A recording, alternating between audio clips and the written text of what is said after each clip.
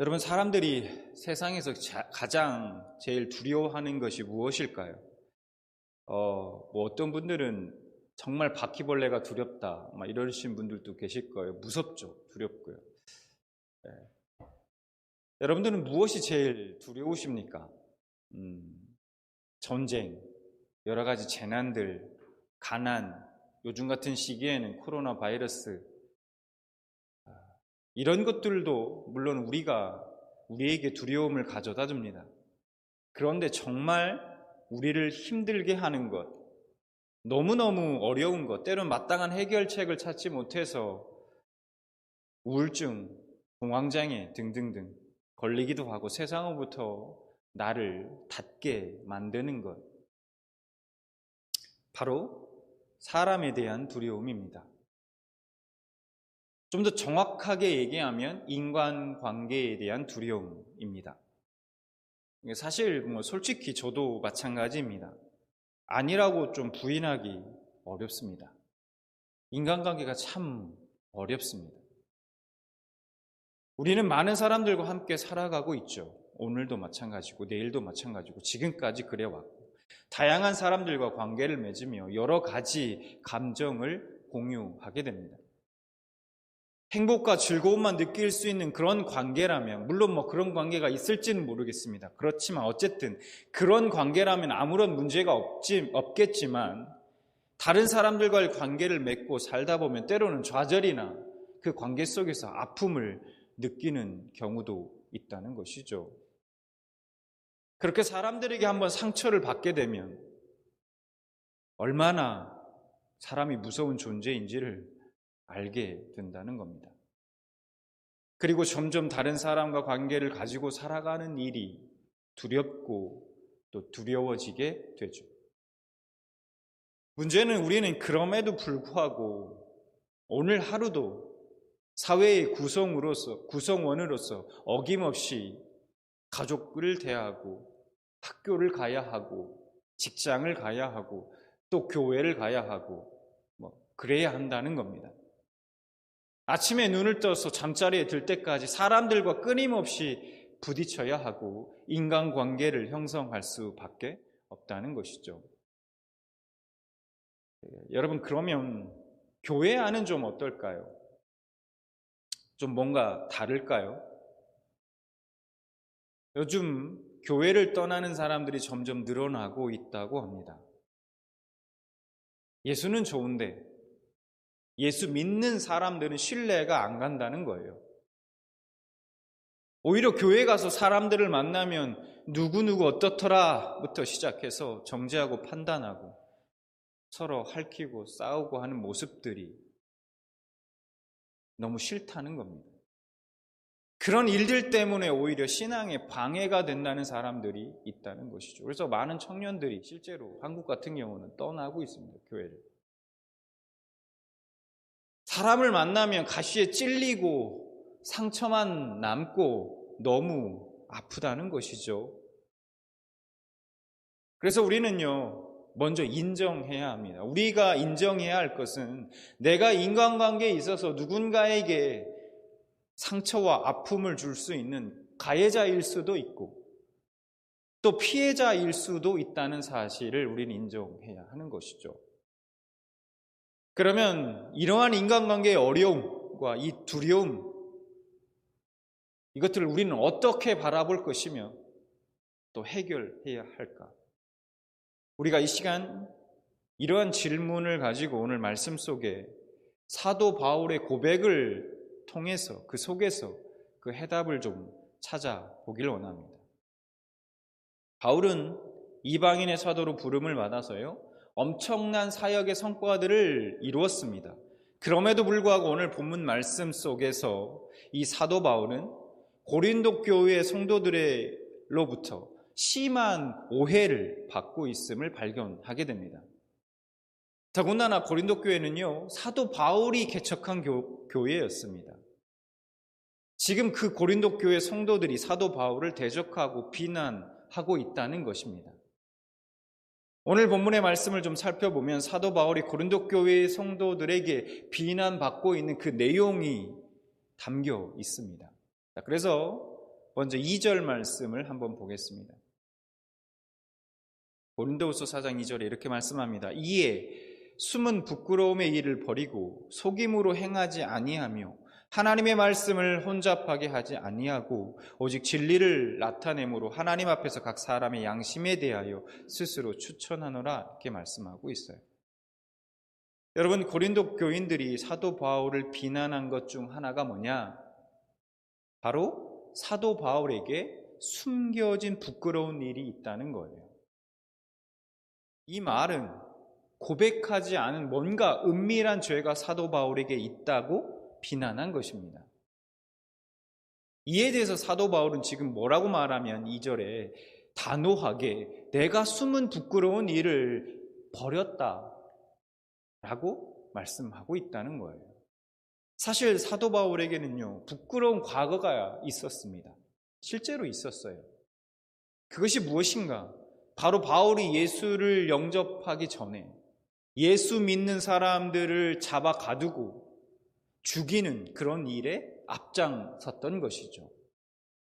그러나 사도 바울은 이 일에 대해서 내가 이미 예루살렘에 있을 때 많은 성도들 앞에서 그 부끄러운 과거를 다 고백하고 용서받았다. 그때 이미 다 버렸다 라고 말하면서 그 이후로는 어떠한 경우에도 내가 그러한 부끄러운 일을 행하지 않았음을 변론하고 있다는 것입니다. 두 번째로 사도 바울이 비난받고 있는 것은 하나님의 말씀을 혼잡하게 했다는 것입니다. 즉 바울이 하나님의 말씀만 증거한 것이 아니라 사람들의 귀를 즐겁게 하기 위해서 듣기 좋은 말들을 하면서 하나님의 말씀을 왜곡했다는 것입니다. 이런 비난에 대해서 사도 바울은 자신의 속마음을 5절에 이렇게 표현하고 있습니다. 4장 5절. 우리는 우리를 전파한 것이 아니라 오직 그리스도 예수의 주 되신 것과 또 예수를 위하여 우리가 너희의 종된 것을 전파함이나 이렇게 말씀하고 있어요. 바울 자신이 너희의 종된 이유가 자신을 위해서가 아니라는 거예요. 바로 자신을 구원하신 예수 그리스도를 위해서라고 말씀하고 있습니다. 그러면서 지금까지 자신이 다른 사람들의 종과 같이 되어 섬기고 사랑한 그 이유는 자신을 위해서가 아닌 예수님 때문이라고 그렇게 항변하고 있습니다. 그러나 사도 바울이 이러한 자신에 대한 변론에도 불구하고 고린도 교회 안에는 여전히 사도 바울을 대적하는 사람들이 많았다는 겁니다. 자기가 개척한 교회의 성도들이 그 오해를 받고 비난과 대적을 당하고 있습니다. 왜요? 그가 복음을 증거하기 때문에 당하는 그런 고난이었습니다. 그러면 이러한 아픔과 상처들에 대해서 사도 바울은 어떻게 말하고 있는가? 고린도후서 4장 1절에 이렇게 바울은 이야기합니다.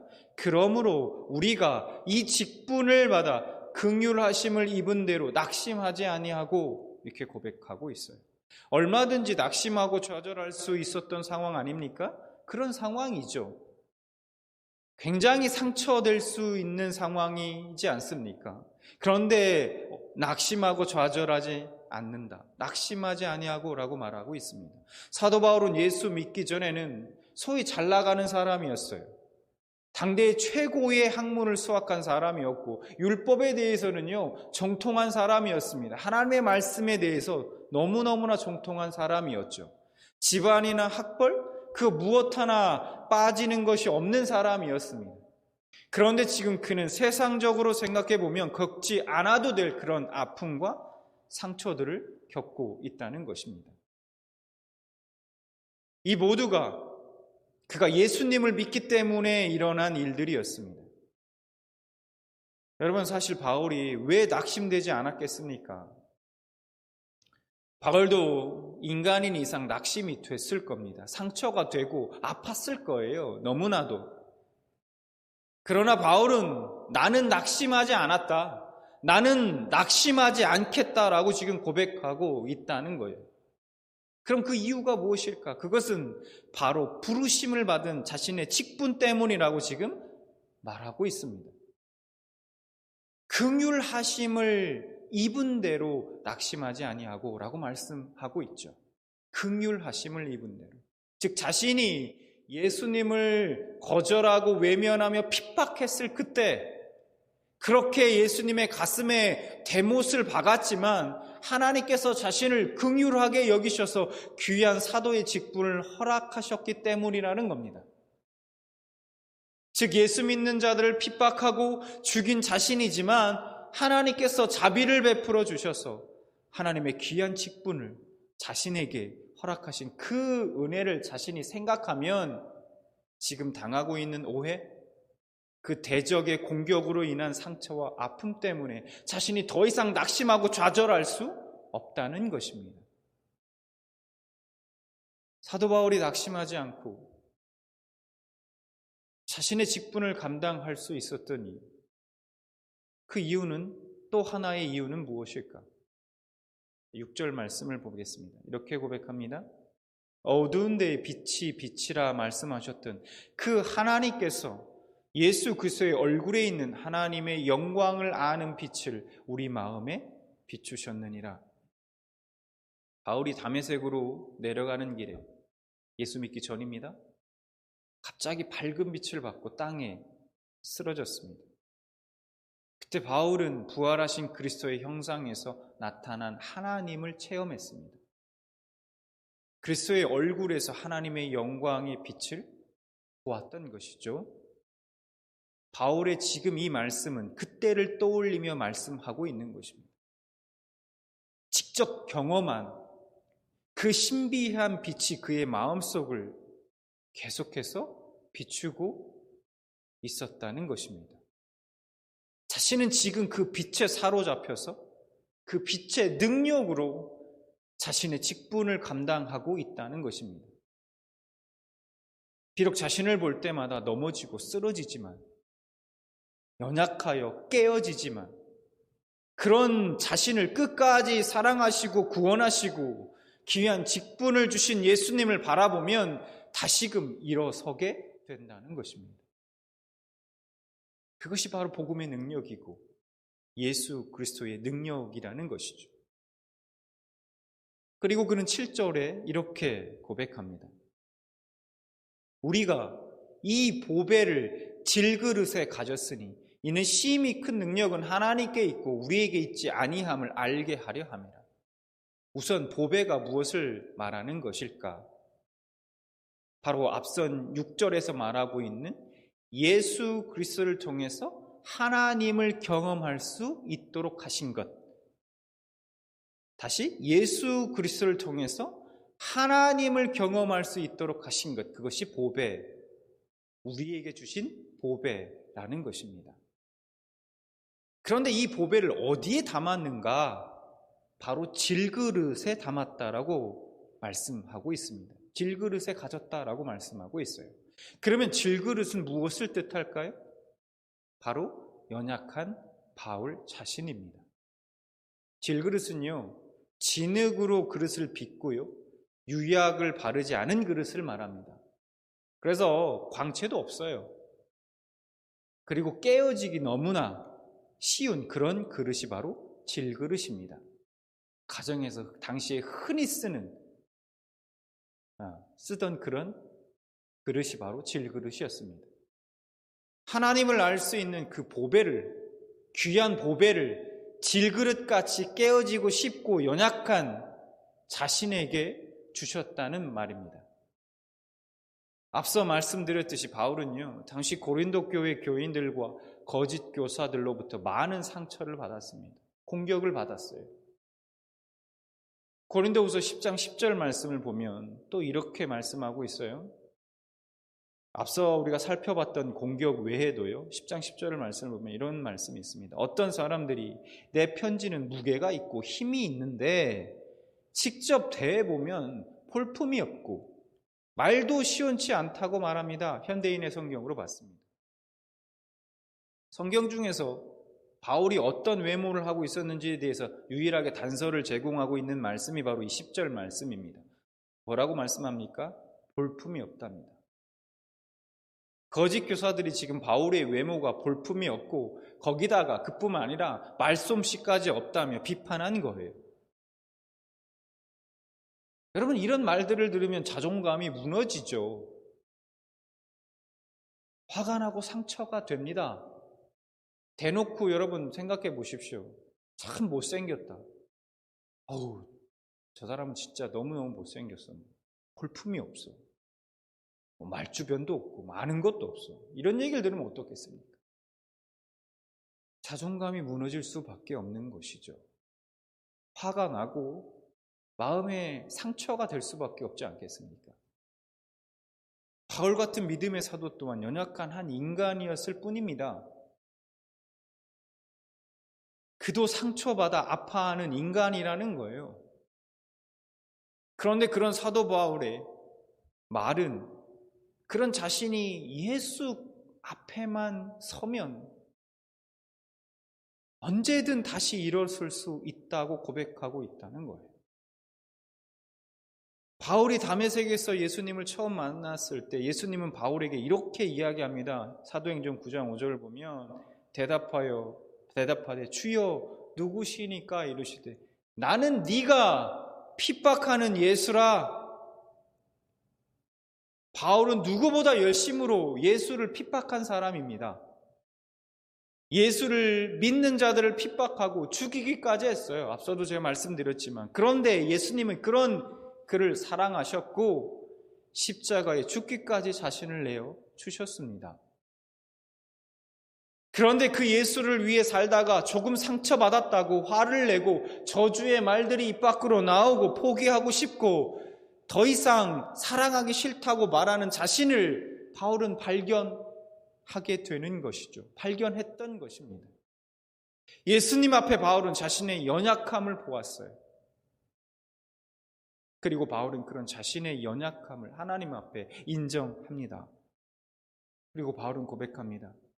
자신은 비록 깨어지기 쉬운 연약한 질그릇이지만 그 안에 보배, 곧 하나님의 능력으로 말미암아 끝까지 맡겨진 사명을 감당할 수 있다고 고백하고 있다는 것입니다. 그래서 고린도후서 4장 7절 다시 보면 보배를 칠그릇에 가졌으니 이는 심히 큰 능력은 하나님께 있고 라고 고백하고 있다는 것이죠. 여러분, 우리는 먼저 깨달아야 하고 우리가 알아야 할 사실이 있습니다. 오늘 말씀 속에서. 그것은 바울의 고백처럼 우리도 질그릇과 같은 연약한 존재라는 사실을 우리 스스로가 발견하고 깨달아야 한다는 것이죠. 우리는 주님의 명령을 알기에 세상에서 사랑으로 다른 사람들에게 막 다가가려고 합니다. 그렇게 살려고 애쓰죠. 그러나 결국 돌아오는 건 상처, 아픔뿐일 때도 많이 있습니다. 직장에서, 가정에서, 여러 인간관계 속에서 우리는 이런 것들을 경험하죠. 우리는 여전히 깨지기 쉽고 깨질 수밖에 없고 이미 여기저기 깨져버렸는지도 모릅니다. 상처투성이일 수도 있고요. 때로는 그래서 누군가에게 더 이상 다가가기조차 힘이 듭니다. 그런 나 자신을 바라볼 때마다 점점 더 움츠려들고 낙심되고 포기하고 싶고 우울해지기도 하죠. 맞습니다. 이렇듯 우리는 연약한 질그릇입니다. 그러나 우리가 반대로 내가 연약한 질그릇이듯 내 주위 다른 사람들도 연약한 질그릇이란 사실을 또한 인정해야 하는 것입니다. 작은 말과 행동에도 상처받고 아파하며 깨질 수 있는 질그릇과 같은 존재라는 사실을 알아야 한다는 것이죠. 그런데 같은 질그릇이지만 그 안에 보배가 담겨져 있는 질그릇과 그냥 질그릇은 차원이 다르다는 거예요. 예레미야 18장 1절부터 6절을 보면 하나님께서 예레미야 선지자에게 토기장이의 집으로 내려가라고 하시면서 계시의 말씀을 주십니다. 그 중에 18장 6절 말씀을 보면 이렇게 말씀합니다. 여호와의 말씀이니라. 이스라엘 족속아, 이 토기장이가 하는 것 같이 내가 능히 너희에게 행하지 못하겠느냐? 이스라엘 족속아, 진흙이 토기장이 손에 있음 같이 너희가 내 손에 있느니라. 하나님은 이스라엘을 향해 길가에 그냥 버려져 있는 진흙이 아니라 하나님의 손 안에 있는 진흙이라고 말씀합니다. 하나님께서 하나님의 뜻에 따라 쓸만한 그릇으로 만드시는 진흙이라는 겁니다. 그리고 그 진흙으로 만들어진 그 그릇이 설사 보잘것없고 깨지기 쉬운 질그릇이라도 괜찮습니다. 왜냐? 하나님께서 19장 4절에 이렇게 말씀합니다. 진흙으로 만든 그릇이 토기장이의 손에서 터짐에 그가 그것으로 자기 의견에 좋은 대로 다른 그릇을 만들더라. 여기서 터지다는 말은 깨어지다, 손상되다, 상처 입다, 부패되다 라는 뜻을 가지고 있습니다.